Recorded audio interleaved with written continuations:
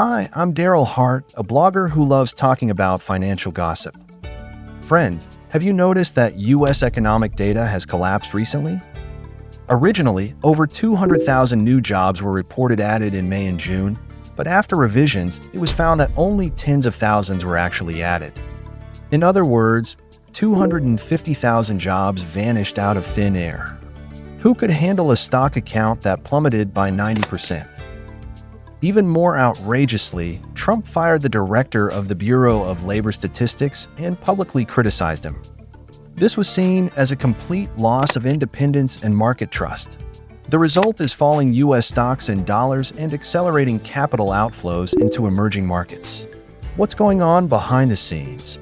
Why are Wall Street banks suddenly shouting, "Emerging markets are taking off"?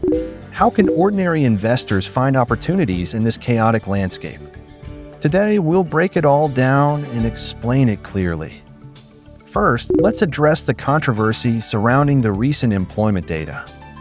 As you know, the market closely watches the U.S. non-farm payroll data every month. This data is considered a barometer of the economy and has a direct impact on U.S. stocks, bonds, and the dollar. But what happened this time was astonishing. The U.S. Bureau of Labor Statistics originally predicted 147,000 new jobs in May and 144,000 in June. However, after revisions, only 19,000 new jobs were added in May and an even worse 14,000 in June.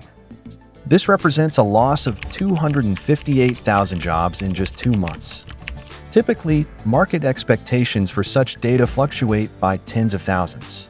But this time, it wasn't just a matter of a few thousand more or less, the discrepancy was 10%. In other words, the previously released data was essentially worthless. Investor trust was completely shattered. People began to wonder whether the U.S. government chronically embellishes or politically manipulates its economic data. After all, this wasn't the first time. GDP, income, and savings rate data often initially look good, then are revised. This year's dramatic drop in employment data fully exposed this age-old problem. The story isn't over yet. After seeing this, Trump quickly fired BLS Commissioner McIntyre and lambasted the data team on social media. While this approach may appear decisive, in the eyes of the market, it's blatant political interference. The independence of the data was already questionable, and this manipulation has further eroded market trust in the U.S. statistical system. Some have sharply criticized, what independence? What credibility? The entire data machine is broken. This also involves monetary policy, which is even more nuanced. Poor employment data suggests a weak labor market. Coupled with slowing CPI growth, the Federal Reserve has fewer reasons to justify maintaining high interest rates.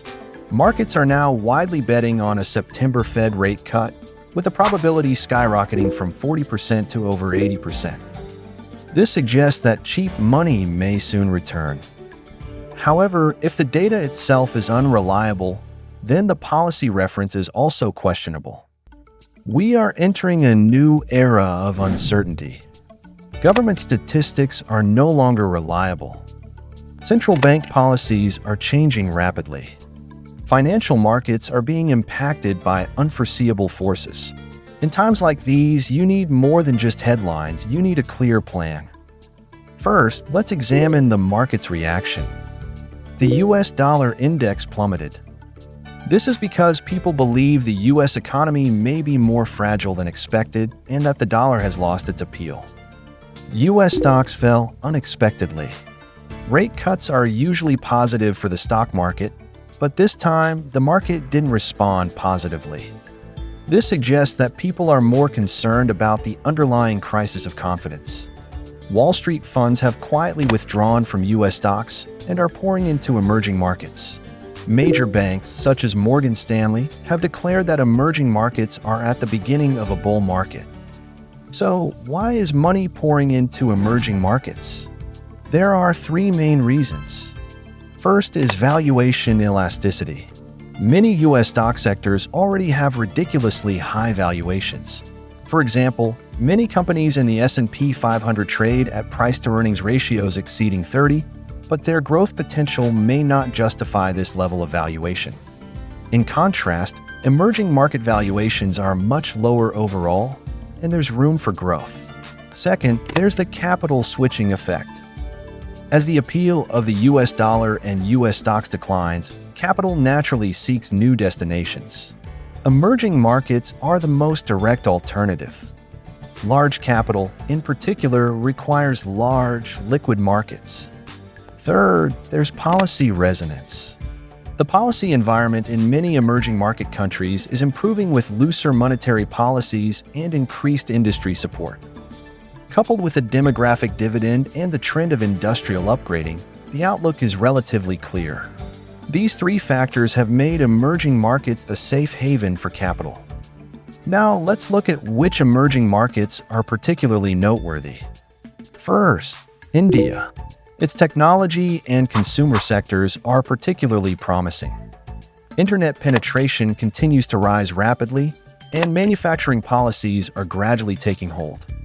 Coupled with a demographic dividend, India's market size is enormous. Consider broad-based or technology ETFs as investment vehicles. Southeast Asia is also promising. Countries such as Vietnam, Indonesia, and Malaysia are experiencing significant spillover effects from China's industrial relocation. This is particularly evident in manufacturing and resource-based industries, which show medium to long-term potential.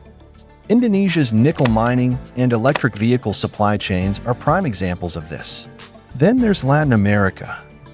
Brazil has an advantage in commodities, while Mexico has an advantage in manufacturing. Mexico is absorbing a significant amount of manufacturing capacity relocated from North America, driven by the concept of nearshoring. Brazil, on the other hand, is benefiting from energy and agricultural product cycles. And don't underestimate the Middle East. Saudi Arabia and the United Arab Emirates (UAE) are accelerating economic diversification, and their energy revenues provide significant financial resources. Political investment allows for infrastructure and technology investments. For ordinary investors, selecting individual countries or stocks directly is too risky. The most practical approach is ETFs. The benefits of ETFs are well known. Risk diversification eliminates the need to bet on a single company. High liquidity allows for flexible entry and exit. Relatively low costs make long-term holding profitable. I believe the three-step approach to investing in emerging market ETFs is as follows. First, determine your investment strategy. For example, decide whether you want a broad-based ETF that covers the entire market or a thematic ETF that focuses on a specific sector, such as technology, consumer goods, or energy. Choose the right ETF. For example, you could choose a broad-based ETF for India or a Southeast Asian basket ETF. Alternatively, you could focus on exciting global themes such as new energy and technology. Master the rhythm. Don't invest all your money at once. Since market volatility is high, buying in installments is more appropriate. Now, let's talk about the US. In the short term, the expectation of interest rate cuts may lead to a rebound. However, in the medium and long term, there are numerous risks. Distorted economic data and a lack of market anchors, for example. Increasing political interference raises questions about independence. U.S. stock valuations are high, which makes them difficult to sustain in the event of an economic slowdown. Therefore, opportunities in U.S. stocks may lie more in structural sectors, such as artificial intelligence and energy transition. The overall market outlook is no longer attractive for value investing. From this perspective, the credibility of U.S. economic data has bottomed out, which deals a significant blow to market confidence. However, crises can also present opportunities.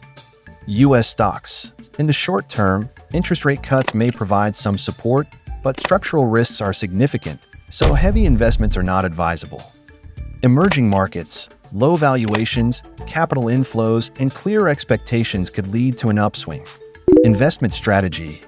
Use ETFs to invest in emerging markets, diversify risks, and determine the direction. In short, the fake US data is more than just a statistical error. It's a wake-up call. It reminds us that what we once thought was the most reliable anchor may not actually be reliable. So, what can we do? Crisis is opportunity. Remember the old saying, the market won't wait until you're ready.